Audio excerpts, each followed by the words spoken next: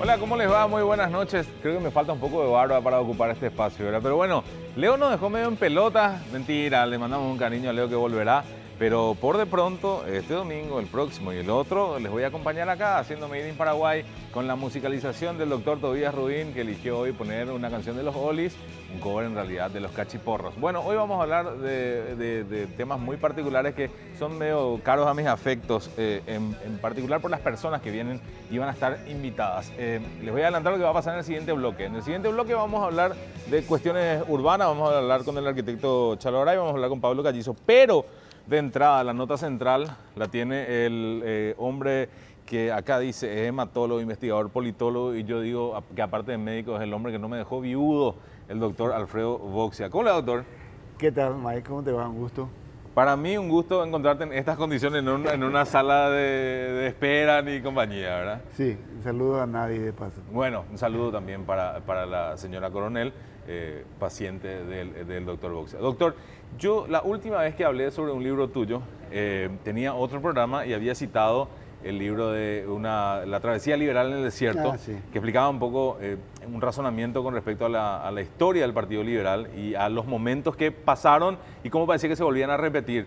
Y sobre esa misma línea había gente que decía, bueno, pero ¿y de los colorados cuándo van a hablar? Y parece que ahora vamos a hablar porque está ya disponible esto que se llama ¿Por qué ganan casi siempre claves de la hegemonía, digo bien, política de la ANR en Paraguay? Ahí está, espera. Ahí voy poniendo bien, téngame paciencia. Este es el libro del doctor Boxia. Bueno, doctor, ¿por qué ganan casi siempre? Interesante, esa pregunta me dice muchas veces porque no es común esto, no es usual que no haya alternancia en un país, ¿verdad?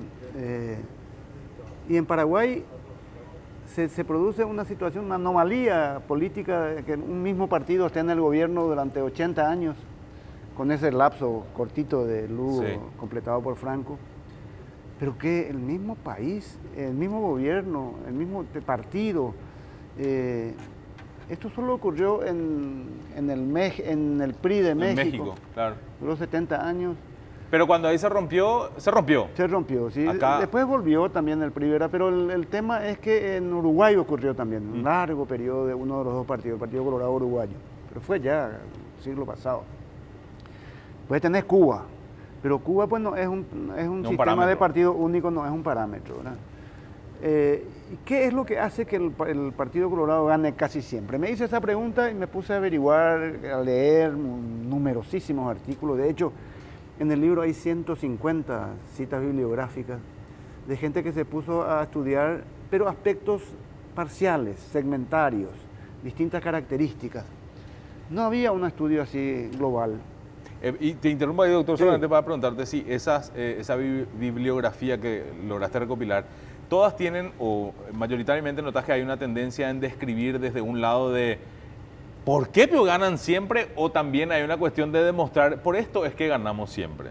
No, la primera, la mayor parte son de sociólogos, historiadores, politólogos, que se pusieron de Paraguay y de afuera, que se pusieron a investigar qué es lo que pasa en Paraguay, que siempre gana el mismo partido político.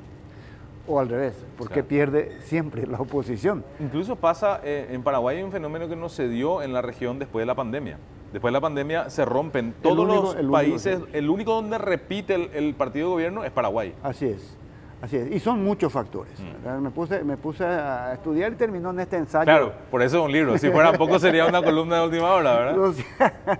200 páginas y unos 10 capítulos que arrancan desde la fundación de los partidos políticos, ¿verdad? Okay. Este país es extraordinariamente bipartidista, pero un bipartidismo también extraño. Nacen casi al mismo tiempo, con las mismas personas, con las mismas ideas, de la misma sociedad posguerra, pero de entrada ya hay asimetrías, ¿verdad? Una de ellas es la apropiación, la primera que cito es la apropiación del término legionarios para señalarle a los liberales, ¿verdad? Cuando en realidad los legionarios estaban en los dos partidos, ¿verdad? Y se apropian de la historia del nacionalismo.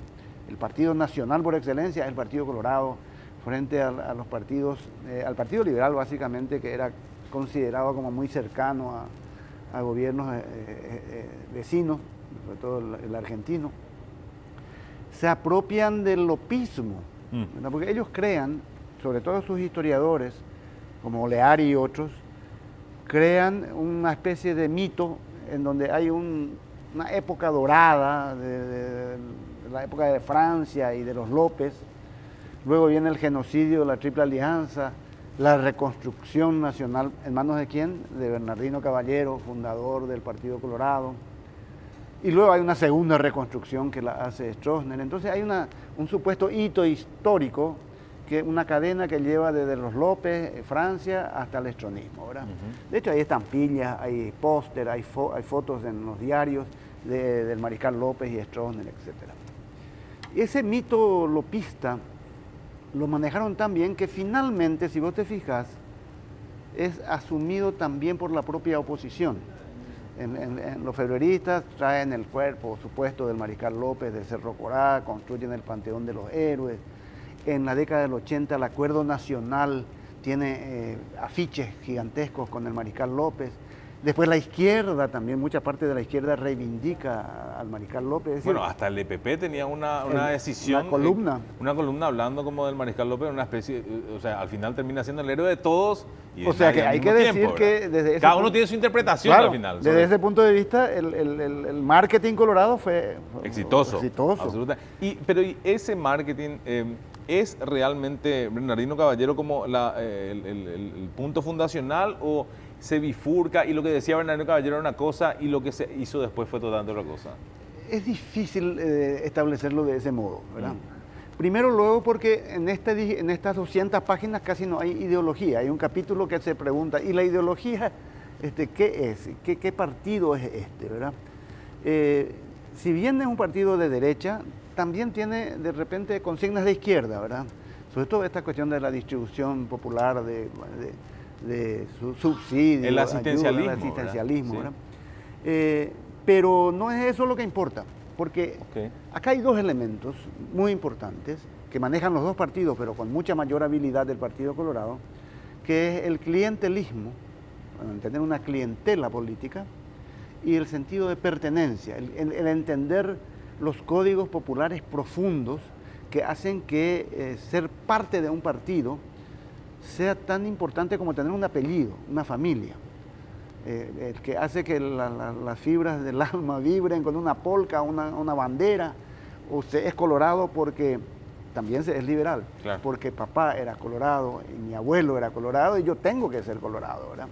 La mezcla de ese sentido emocional con este sentido oportunista de que para conseguir un empleo público, para ser maestra, para ser policía, para ser funcionario público, el mejor camino es la seccional colorada local. Explica muchas de las, no todas, pero muchas de las victorias coloradas sucesivas a lo largo de ese tiempo. Es súper interesante eso, porque hay momentos donde, claro que no se trata de despreciar lo que pasa en el país, sino que de entender, ¿verdad? Porque primero que hacer, como todo doctor, el diagnóstico y después ver qué se puede hacer, ¿verdad? Yo siento que a veces hay como una posición de la gente que se beneficia y encuentra en su seccional un lugar para que los chicos jueguen, eso tenía que haber sido una plaza, o para que se estudie esto, lo otro, y como que distancian, el gobierno no hace, pero sí hace el partido, pero señora, el gobierno es el partido. Eso fue así a lo largo de todo el estronismo, por ejemplo, ¿verdad? Pero continuó curiosamente en democracia, en la transición democrática. Cuanto más débil es el Estado, más posibilidades hay de que sea el partido el que otorgue los favores que el Estado no le da a los ciudadanos, ¿verdad? Hoy mismo, en pleno siglo XXI, te vas a la Junta de Gobierno, hay una oficina de empleo, sí, manejado por ese tal López. Sí, López Arce, que suele emitir algunos informes muy interesantes, incluso. Pero sería interesante que haga eso un partido de oposición en todo caso, ¿verdad? Porque el Partido Colorado tiene el gobierno, tiene el Ministerio del Empleo. ¿Por qué no lo hace el Ministerio del Empleo? Claro, exacto. Ahí tiene un centro de salud que parece un hospital, ¿verdad? Hay asistencia. Cuando en los hospitales no hay ni gasa ni algodones, ahí hay todas las especialidades, ¿verdad? Pero ahí voy a caer en lo que diría el Colorado que nos está viendo y que tenga algún involucramiento. No hace falta ser Colorado para entrar ahí. Claro, está la trampa. Sí. Uno puede entrar sin ceder en ningún partido político. Del mismo modo, hay becas, medias becas, 1.500 medias becas cada tanto tiempo, con universidades privadas, de las más cuestionadas, lo que quiera, pero son medias becas. Hay un instituto de formación profesional, hay un programa que se llama Educal, hay un instituto de ciencias políticas. Es decir, es como un partido-estado que a su vez es el gobierno y maneja el Estado. Yo en el caso de las universidades siento que pueden servir siempre y cuando, por ejemplo, vayan David Rivas o Orlando Arévalo a asistir ahí. O Pero es un tema profesores honorarios. personal mío con respecto a la formación de los estimados legisladores. Partido Colorado agrarista. Sí. Eso de la ideología, en el libro se habla de eso, alguna vez se mencionó, no, este es un partido agrarista y humanista, llegó a decir Nicanor también. Socialista humanista. Mira, fíjate que ellos adoran a Milei. Sí. Milei es una especie de Dios para ellos. Pero si Milei viniera aquí la motosierra, con la motosierra a cortar a todos los planilleros, a todos los subsidios, a toda la ayuda, el ayudo que el partido, esos ductos subterráneos que nunca se sabe si la plata es del Estado o es del partido, no duraría 2 días Milei. Uh-huh. O sea que la ideología sirve en cuanto capte votos, ¿verdad? En las últimas elecciones era un partido de Dios, patria y familia. ¿Cuándo, pico, les importó realmente eso? Cuando se dieron cuenta que eso captaba una gran cantidad de votos cristianos y por primera vez evangélicos, que empiezan a hacer un poco más. O sea, volvemos a lo de López, el marketing estratégico del Partido Colorado es... Pero tiene otras cosas, ¿verdad? No es solo eso. Acá nos estamos olvidando de que es un partido tan vital que en plena dictadura, cuando Stroessner elegía a quienes iban a ser los miembros de la Junta de Gobierno, sin embargo, se permitía una democracia interna en las seccionales que tenían durísimas elecciones, sí, claro, para elegir a la directiva de la seccional, ¿verdad? Eso los mantenía en vitalidad. Bueno, después, es parte de un discurso hasta ahora cuando te dicen la interna del Partido Colorado es la más dura de todo, mientras que otros partidos minoritarios que nos quieren dar cátedra a los colorados de democracia eligen entre parientes quiénes van a ser los que van a ser candidatos. Sí. Y fíjate que hay esa anomalía de que seamos un país de 6 millones de habitantes y el Partido Colorado tenga más de 2,5 millones de afiliados, ¿verdad? La gente se afilia por sentido de pertenencia o por oportunismo, o para conseguir un futuro, porque se dieron cuenta, hasta el presidente actual dice, hay que ser guapitos, ¿verdad? Bueno, el presidente actual sí, era de otro partido. Bueno, la última foto del libro es una donde están Cartes, Aliana y Peña. Antes de empezar actividad en política, ninguno de ellos tenía tradición colorada. Y sin embargo es el partido que más se ufana de su propia historia y de sus tradiciones. Eso voy a llegar en un momento, pero me quiero quedar con, bueno, el coloradismo existe y también existe una oposición que a veces yo la siento hasta cómoda con que el partido sea lo que es. Sí. Hay otra que no, ¿verdad? Por supuesto tiene otros intereses, pero esta frase famosa que está marcada acá de siempre habrá un 13 de enero en relación a la vuelta al poder con Higinio Morínigo en el 47. ¿Por qué es que Morínigo elige gobernar con la ANR? Yo creo que se dio cuenta que era el partido más manejable, ¿verdad? Okay. Acordate que en 1936 la Revolución de Febrero es la primera que abre las puertas de la política y del gobierno para el militarismo. O sea, ni siquiera fueron los colorados los que comenzaron con la entrada de los militares a la política, pero fueron los que mejor entendieron que ese era un camino para mantenerse en el poder. Los militares fueron absolutamente partidizados. Bueno, tal es así que poco tiempo después no había un solo militar no colorado, no afiliado. Y unas décadas después, al final del estronismo, para entrar al colegio militar habría que demostrar no solo que vos estabas afiliado, sino que tu papá había sido colorado y tu abuelo también. Es una cuestión de sangre, de generación. Sí, porque todo el mundo se metía y se podían infiltrar militares no colorados, ¿verdad?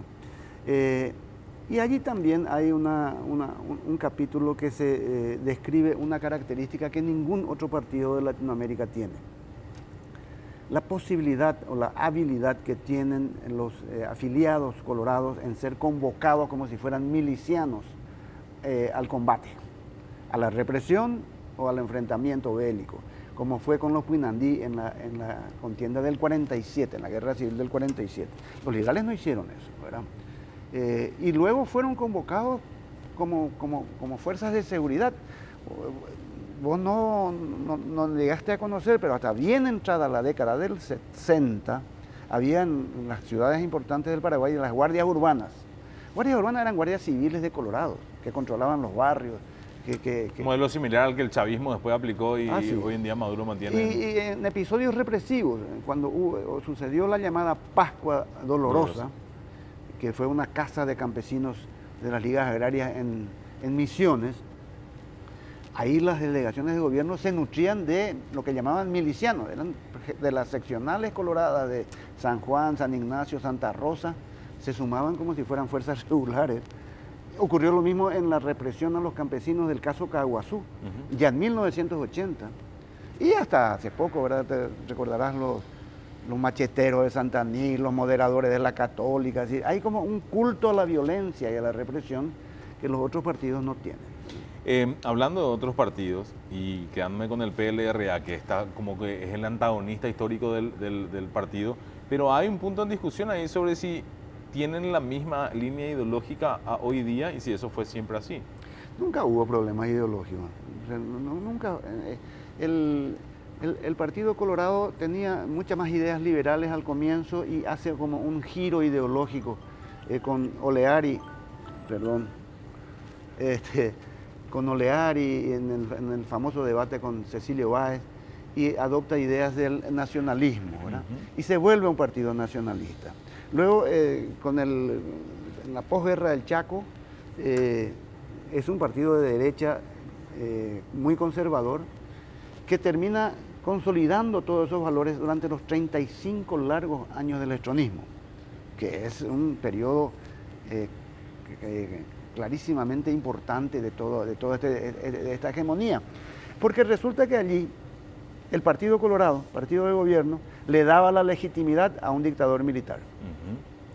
Pero ocurre una cosa que no ocurrió tampoco en ninguna otra parte del continente.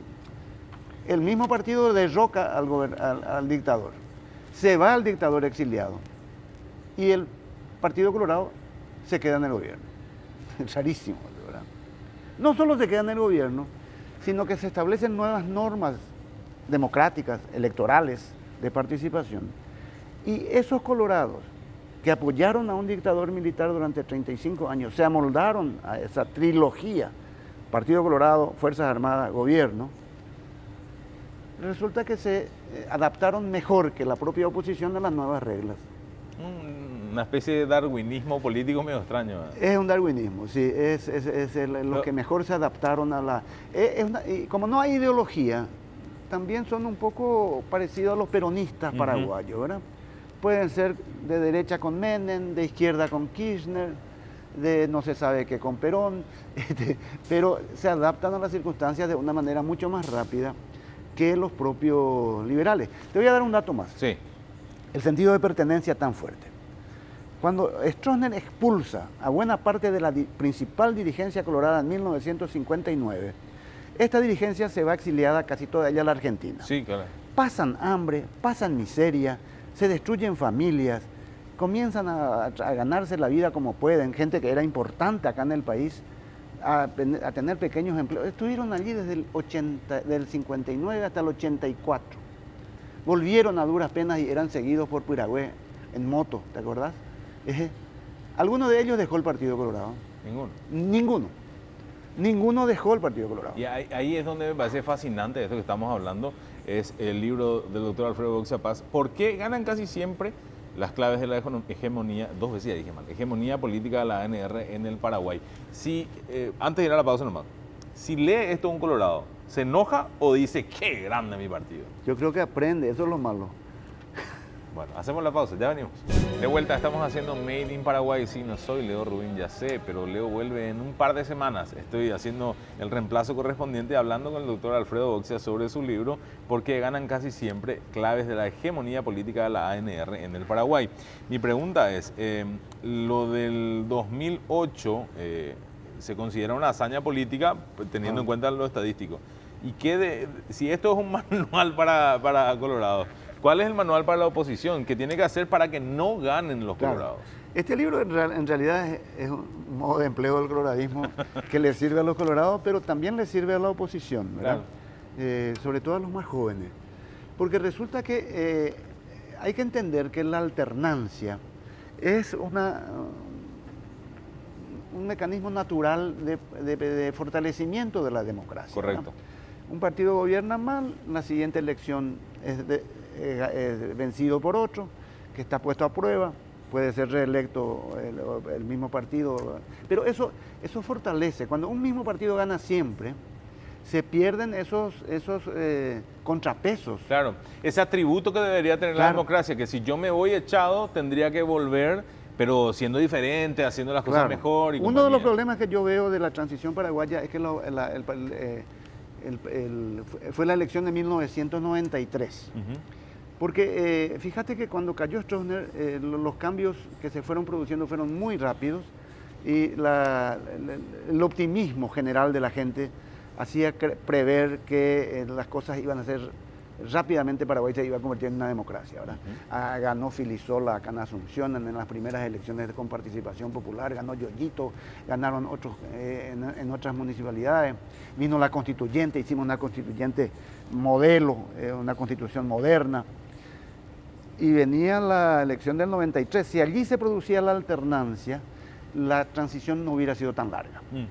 Yo estoy seguro que los colorados, así como está explicado acá, iban a volver igual, pero iban a volver después de haberse depurado de esa larga dictadura, ¿verdad? No sucedió así, la transición fue larguísima, fue tutelada por el estronismo, y bueno, tenemos lo que tenemos hoy.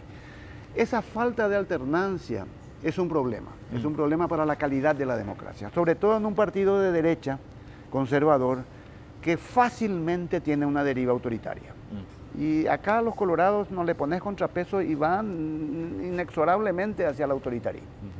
Pero también es un partido de una plasticidad extraordinaria que internamente es capaz de cambiar el rumbo. A mí me pasa eso cuando veo, por ejemplo, recientes declaraciones y digo, mira qué raro, no hay alguien de la oposición siendo la voz cantante en contra de algunas críticas que se puede hacer al Poder Ejecutivo, pero sí internamente hay. O sea, son senadores colorados los que nuevamente vuelven a criticar. Pero bueno, entonces, Mike, tanto si logramos mejorar la democracia, como si dejamos que vayamos a un autoritarismo, en las dos puntas de ese dilema nos vamos a encontrar con el Partido Colorado. Siempre.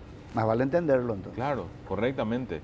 Por eso decía, a veces, en el caso de la lectura, que es un ejercicio no tan frecuente, dicen la cifra también sobre Paraguay, pero a veces hay que entender que hay que tratar de comprender las necesidades, las búsquedas. ¿Por qué este arraigo, por ejemplo? Eso nos quedamos hace rato sin hablar. Pues yo digo, el arraigo que tiene hacia su partido de Colorado realmente no es el mismo que tienen los otros partidos con su... Es que casi feligreses son los colorados hacia... Es una religión civil en muchos aspectos. Es una religión civil para muchos. Por eso surgen frases tan absurdas como que el Pato Donald, Ñaquinapiré, cualquiera puede ser candidato, igual le vamos a votar. ¿Siempre y cuando sea colorado? Siempre y cuando sea colorado. Yo me acuerdo que el exministro J. Eugenio Yaquet, ministro de Justicia del estronismo, una vez hizo un recorrido en Tacumbú y al salir fue abordado por la prensa a ver qué había encontrado. Y acá lo que me doy cuenta es que hasta en Tacumbú los colorados somos mayoría. O sea, hay una... Yo creía que era más el tema clientelar. Después de leerla a Marcelo Lachi y su libro, un libro que yo recomiendo vivamente que se llama Correligionarios, estudia el sentido de pertenencia. Y haciendo encuestas, descubre que efectivamente la cuestión emotiva de pertenencia a un partido es superior incluso al clientelismo. Sí, es necesario ser colorado para ser militar, para ser maestra, para entrar a la función pública. Así fue durante todo el estronismo. Que ellos llegaron al colmo de que no había una sola maestra que no estuviera afiliada, un solo militar que no estuviera afiliado, un solo policía que no fuera colorado. Eso fue cambiando después del pacto de gobernabilidad ya por el 95 recién, ¿verdad? Y aún hoy, el 70% de los funcionarios judiciales, muchos de ellos que están prohibidos por la Constitución de tener pertenencia política, el 70% es colorado. Hay muchos jueces que votaron en las internas coloradas, fiscales que votaron en las internas coloradas. O sea, es una cosa superior a sus propios límites.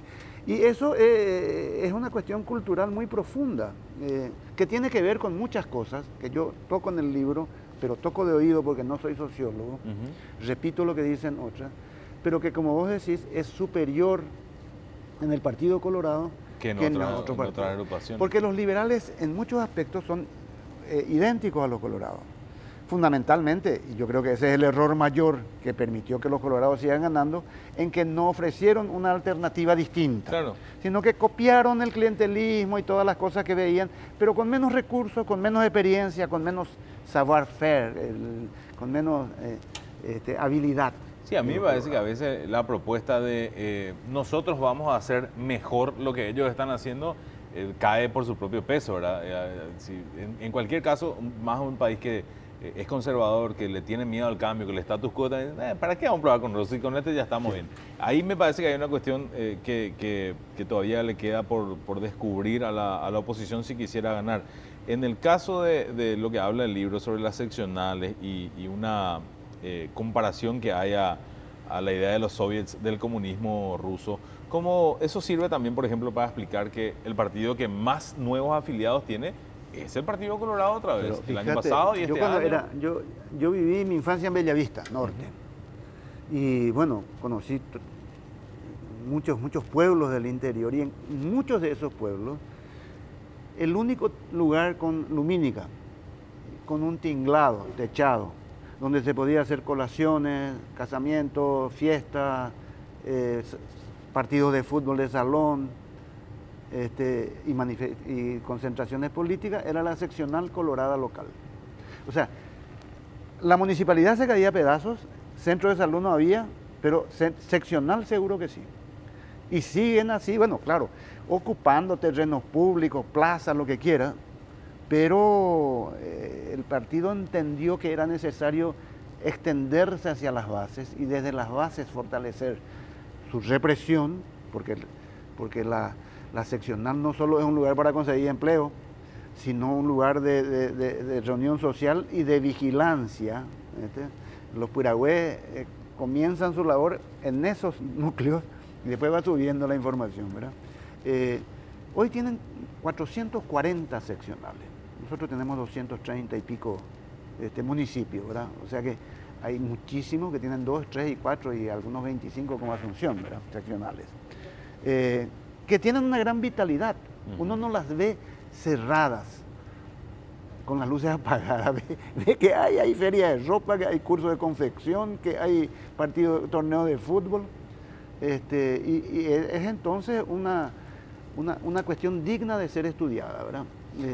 Y la capital del país, que es donde, aparecida la bendita democracia, es donde hay un intendente que no es del signo político del coloradismo, después viene otro, después recién aparece un colorado, después se vuelve a dar un cambio. Ahí hay varios elementos. La calidad democrática electoral de Asunción desmejoró notablemente, ¿verdad?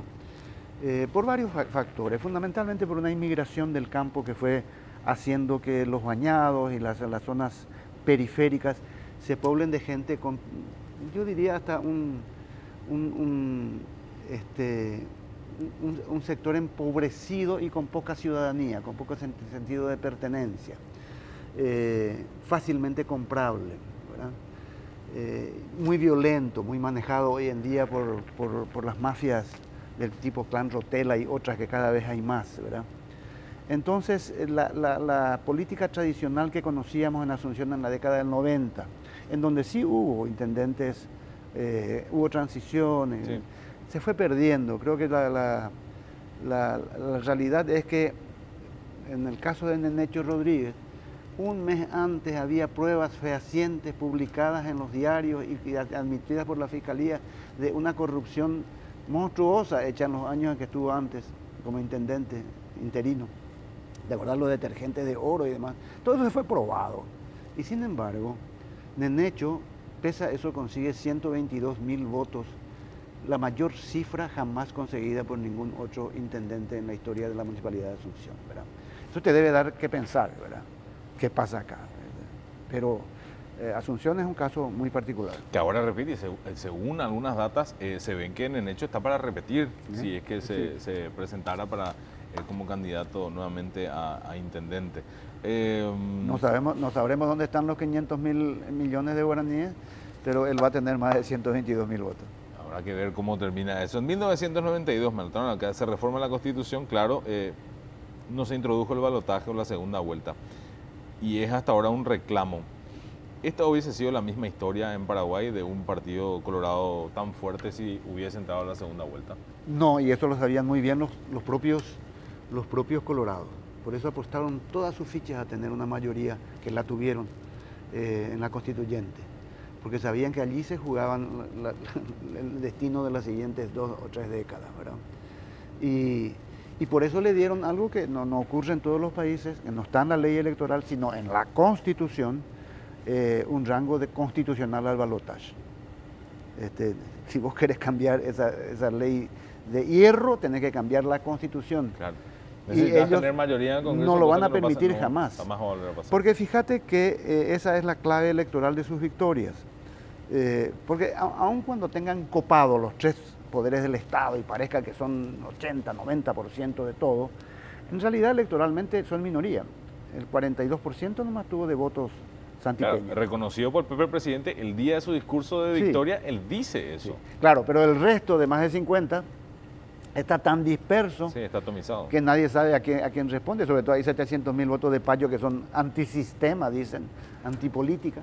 No son precisamente a favor de nada, que nadie sabe cómo van a votar en las próximas elecciones. Claro, es un misterio. Entonces, ni si van a votar, ¿verdad? Entonces un partido que se cohesiona de este modo es un partido que gana siempre y eso le hace daño a la calidad democrática del país. Por eso es que no se crea la gente que estoy haciendo una apología del coloradismo. Al contrario, estoy tratando de entenderlo, porque claro, alguna vez hay que cambiar. Es una crítica, sí. Pero para llegar a ese punto primero hay que entenderlo. O sea, sí, vos no podés abordar un tema de esto estando de entrada a favor o en contra del partido. Por supuesto. Vos tenés que estudiarlo como un objeto curioso, extraño, que produce una anomalía política y tratar de entender por qué sucede eso.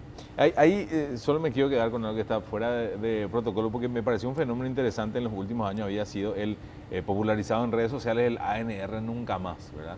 Que parecía que por la propia fuerza de las redes y de los medios de comunicación que toman la temperatura de las redes, que era como una evidencia de que el país iba a cambiar, y después el resultado electoral te muestra el país pintado de rojo nuevamente, ¿verdad? O sea, no. Es que muchas veces no hay con qué darle. Si no los criticás, ellos avanzan. Si los criticás, se aglutinan. Entonces, son curiosos. Pero eso sí, los déficits del país, mientras ellos están, hay un país ficticio que ellos dibujan, que muy pocos viven, pero que la mayoría sufre. ¿Por qué? Porque me olvidaba de decirte, el último capítulo es clave.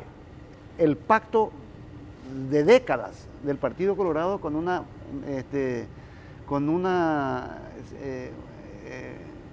un sector empresarial fraudulento, ¿verdad?